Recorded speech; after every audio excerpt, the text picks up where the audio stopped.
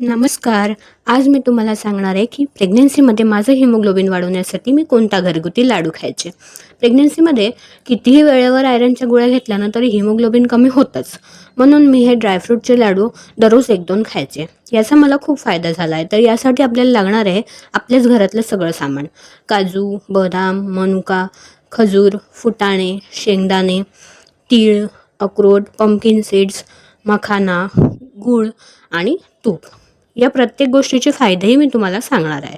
सगळ्यात आधी कढईमध्ये साधारण 3 चमचे तूप घ्या.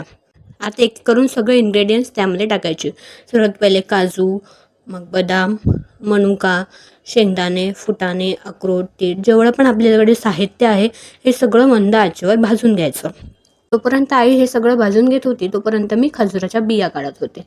खजूरनी हिमोग्लोबिन वाढवण्यासाठी मदत होऊ शकते आणि प्रेग्नन्सीच्या 9व्या महिन्यामध्ये 5 ते 6 खजूर खाल्ल्याने नॉर्मल डिलिव्हरीसाठी पण मदत होते, असे डॉक्टर्स सांगतात.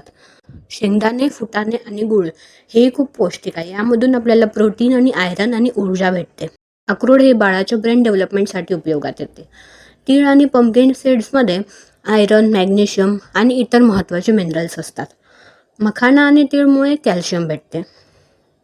सगळं व्यवस्थित भाजून झाल्यावर ते पूर्ण थंड होण्यासाठी बाजूला ठेवलं.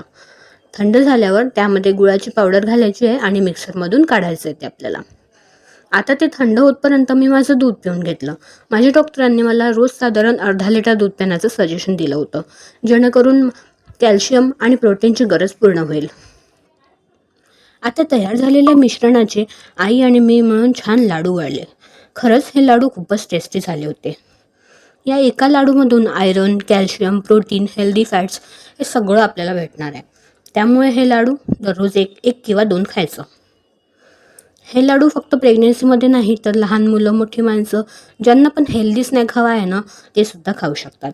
तुम्ही ही रेसिपी करून बघा आणि कशी वाटली ती मला कमेंटमध्ये नक्की सांगा.